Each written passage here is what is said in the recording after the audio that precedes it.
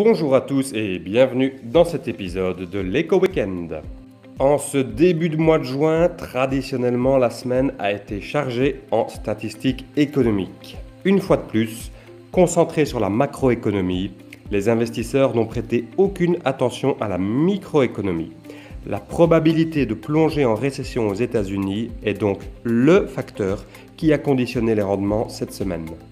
Et ces nombreuses statistiques économiques, elles dépeignent une économie américaine suffisamment en forme que pour pouvoir absorber une politique plus dure de leur banquier central. Des indices PMI au-delà de 50, une bonne vigueur du marché de l'emploi et un moral des consommateurs meilleur qu'attendu, même si ces données sont en diminution, elles semblent suffisamment robustes que pour absorber cette politique plus dure. Et donc c'est en anticipation de cette politique restrictive que les marchés ont abandonné un peu de terrain cette semaine. En Europe, si les indicateurs PMI sont également en diminution mais toujours au-delà de 50, c'est l'inflation qui a miné l'ambiance en ressortant en hausse au mois de mai.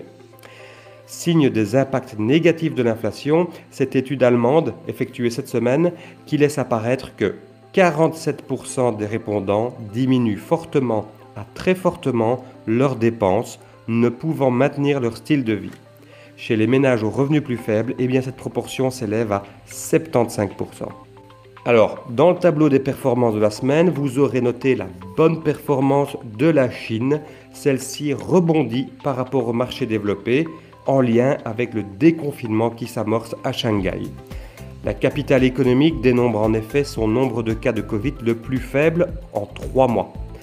La perspective des élections présidentielles en octobre se profile et avec elle, l'allègement des mesures restrictives du gouvernement pour certains secteurs économiques.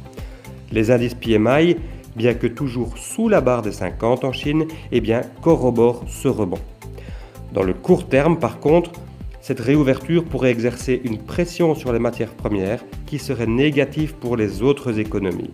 À plus long terme, la normalisation au niveau logistique devrait permettre une détente au niveau des prix. Dans le tableau des performances, vous aurez également noté la hausse du baril de pétrole. En effet, les stocks américains ont diminué de plus de 5 millions de barils cette semaine. L'OPEP+ s'est réunie après la décision de sanctions de l'Union européenne envers la Russie et dans un contexte de pression des États-Unis sur l'Arabie saoudite, elle a décidé d'augmenter les quotas de production de 648 000 barils par jour. Cette décision a déçu les analystes qui espéraient un mouvement de l'Arabie ou des pays du Golfe Persique qui peuvent augmenter rapidement la production. En effet, une hausse des quotas de l'OPEP se répartit à travers tous les pays producteurs, dont plusieurs sont tout simplement incapables de relever les quantités extraites. Nous pensons évidemment à la Russie, mais c'est aussi le cas de l'Angola ou encore du Nigeria par exemple.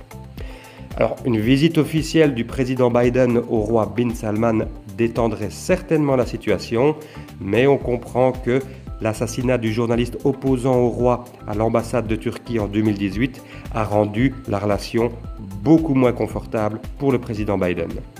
J'espère que vous avez apprécié ce podcast. N'hésitez pas à nous laisser vos questions ou vos suggestions en commentaire de la vidéo. Et quant à moi, je vous donne rendez-vous la semaine prochaine pour un nouvel épisode.